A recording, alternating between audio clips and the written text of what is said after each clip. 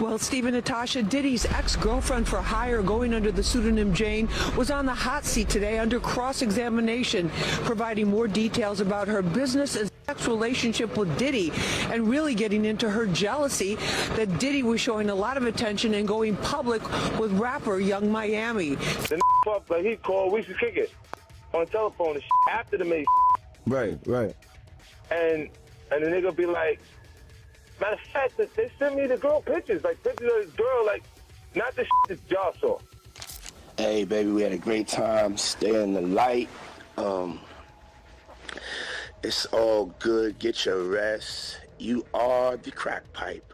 The courtroom was on edge as the highly anticipated trial involving one of the biggest names in hip-hop, Diddy, reached its peak. The details that began to emerge were nothing short of joy. The case started with a voicemail from Diddy to Daphne Joy, 50 Cent's baby mama, which wasn't just a personal message, it was a bombshell. The voicemail, played in a federal courtroom, revealed Diddy casually referring to Daphne as his crack pipe, a term that seemed far from innocent. It wasn't just a random conversation.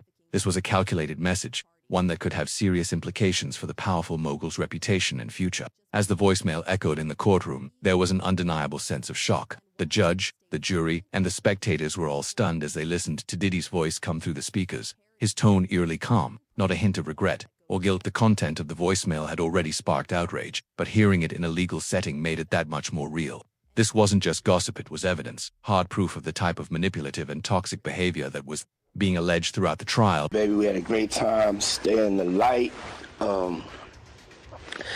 It's all good. Get your rest. You are the crack pipe. That's my new name for you, crack pipe. Or should I call you CP? But, yeah.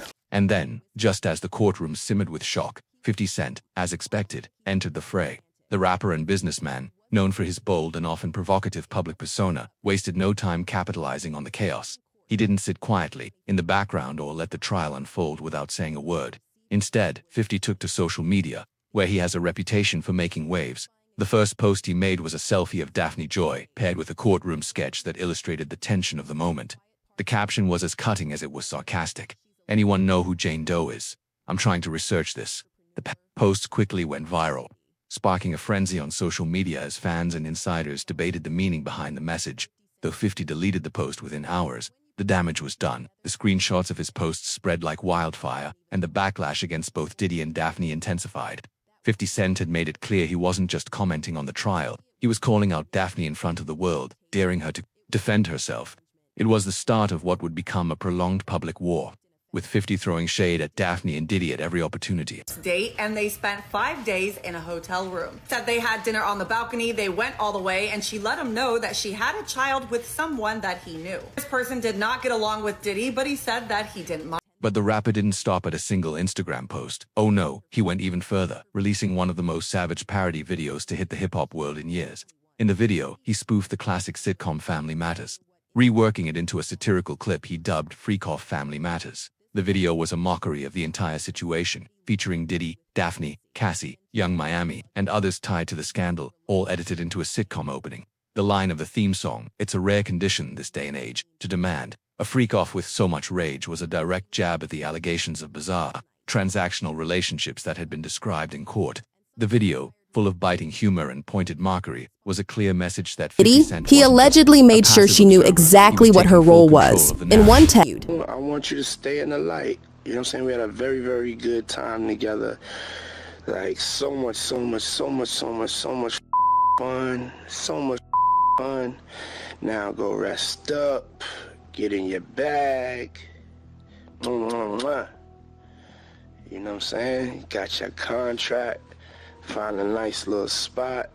Put your mind at ease. And, yeah, I had a great time.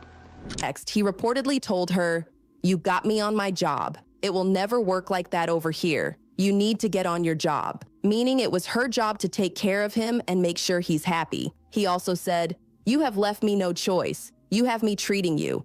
I am trying to be clear. I am going to disappear on you." Another time, after a freak-off went wrong, he allegedly reminded her, "Look at the roof over your head and that pretty smile. I don't want to do anything if that's still an issue." And despite all that, she stayed until the courtroom made her speak. If there was ever a moment where the illusion cracked, it was this. Jane Doe, standing under cross-examination, was asked a simple question.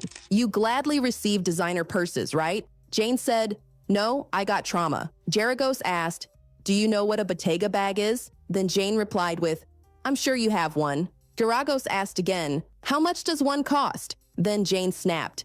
She spat back, how much does my body cost? Then they talked about her jealousy toward Young Miami because it had already been documented in her notes. She testified that Diddy flaunted his relationship with Miami like a prize, public dates, red carpet appearances, and all the while, she said she was being hidden, shipped in and out like cargo. With Diddy's former chief of staff, Christina Koram, and asking if they got along well. She testified that KK actually disliked her and that negatively impacted how Diddy would treat her. She said, I believe she had strong opinions about me, which influenced a great deal of how Sean also treated me. Now, remember in Jane Doe's testimony how she had said that KK told her to fly to Miami with substances in her bag? Well, the defense team pulled up a text message saying, it's not written in these texts. Well, Jane Doe confirmed that it did happen, but it happened verbally over the phone. Now, which explains why Jane's resentment toward Young Miami wasn't just emotional, it was legal leverage.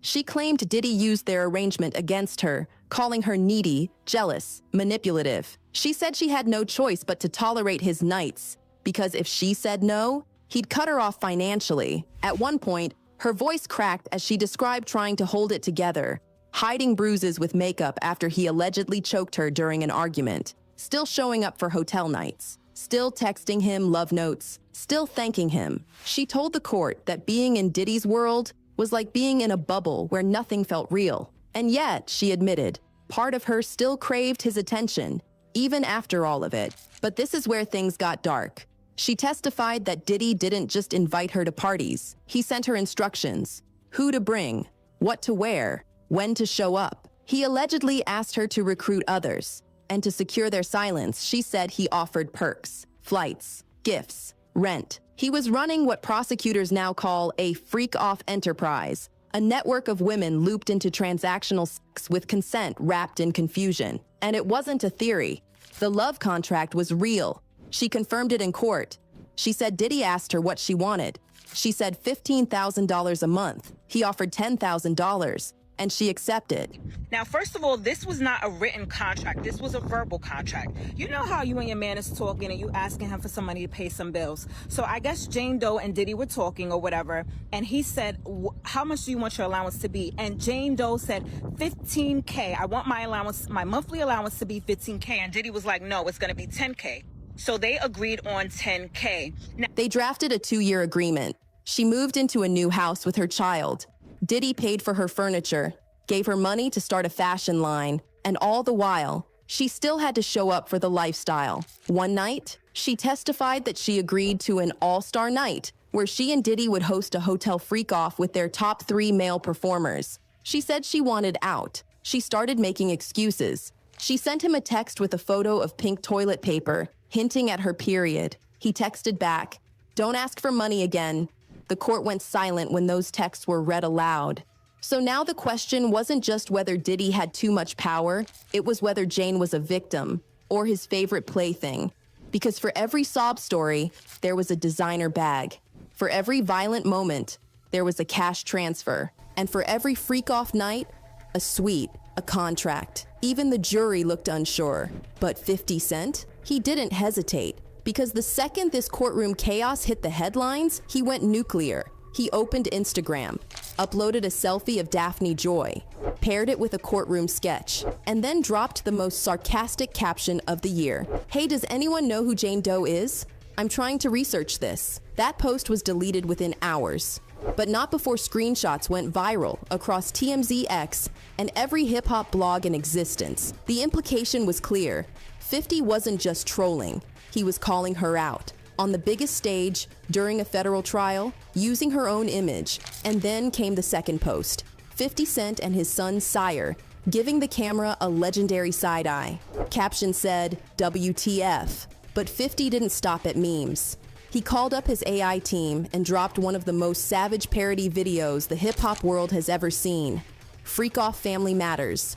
A spoof of the old sitcom intro, except now, it's edited to feature Diddy, Daphne, Cassie, Young Miami, and every name tied to the freak-off rumors dancing to the line. It's a rare condition this day and age to demand a freak-off with so much rage. The strangest addiction that you'll ever find. Some people say that he's losing his mind. Well, then there must be some magic juice inside the corner jar. 'Cause all I see is a chocolate thing. Man, they're busting over everything. Days gone by. It's the biggest break of the tangerine. And just when you thought he was done, he played his dirtiest card yet. Way back in 2023, when rumors first surfaced that Diddy and Daphne were closer than friends, 50 Cent pulled a quiet power move. He cast Young Miami in his own show. That's right, BMF, the Black Mafia family drama he executive produces. Most people thought it was just a collab, but now we're seeing it for what it was, a hit job. Because think about it, Diddy's girl in a show produced by 50 Cent, while Diddy was allegedly sneaking around with 50's baby mama behind the scenes. And if you think 50 was just doing this out of jealousy, think again. Because around this time, Daphne was still living in the Diddy-funded mansion, still getting monthly deposits, still locked into her love contract. And 50 knew Diddy was sleeping with the mother of his child. And instead of losing his mind, he turned it into a streaming check. But the pettiest post of all was saved for Father's Day. 50 didn't post a cute photo. He didn't post a throwback with his son. He posted this: "Happy Father's Day, little bitch. I'll have full custody soon, little bitch. You'll be back on OnlyFans in no time, little bitch." And it was messy, because just months before this, 50 had filed for full custody of their son, Sire, allegedly because of Daphne's involvement in the Diddy lawsuit and her name being connected to the sex trafficking investigation. But Daphne wasn't staying silent. In fact, her next move would flip the tables again. By now, the entire internet had basically rebranded her. Jane Doe is Daphne Joy. The courtroom sketches, the leaked testimony, the freak-off receipts, all signs pointed to 50 Cent's baby mama. And for a moment, it felt like she was drowning in it. But then came her clapback, and it wasn't subtle. She posted on Instagram, addressing not just 50, but the entire world. It read like a personal manifesto, a digital scream. "Let's put the real focus on your true evil actions of raping me and physically abusing me. You are no longer my oppressor, and God will handle you from this point on." She directly accused 50 Cent of rape and abuse, and no one saw that coming. She made it clear she wasn't taking this lying down. She denied Lil Rod's allegations. She denied being Diddy's paid escort, and she sued 50 Cent for defamation. She explained to the jury that love bombing was a very common manipulation pattern that she would get from Diddy, where he would shower her with affection and then he'd want a hotel night. So she responded to him again saying, "I'm not an animal people can F on," and he responds with, "You're crazy." She said that he would call her crazy often, especially if she said she was uncomfortable with doing a hotel night. And then she said every time she asked for something, a new couch, money for her kid, a dental appointment, she knew the price would be her body. And even when she said no, Diddy reminded her that the cameras were still rolling, that they could just have a movie night instead. And that's where we leave her, still on the stand, still breaking down, still testifying against one of the most powerful men in music. But the twisted part, Diddy's still paying her rent, and 50 Cent's still posting memes. And Young Miami, still cruising on the back of Diddy's bike, hair blowing, laughing like the queen of chaos. I did hear something. Yes, so I'm just riding around the city, you know. Yep. Riding around the city today, we just celebrating. We outside, we painting the city red. It's off the grid. The Love album, Off the Grid, coming out tonight. It's the Super Bowl of R&B. As y'all can see, I'm in my city. And I'm just feeling good. It's a celebration.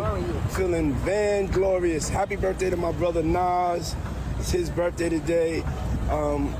It feels good to be home, good to be putting out great music to all my R&B lovers and fans. Tonight at midnight, it's gonna return to that frequency, that feeling, baby. Yeah. Because while everyone's pointing fingers, mocking, clapping back, the real question isn't who's guilty, it's who's playing who.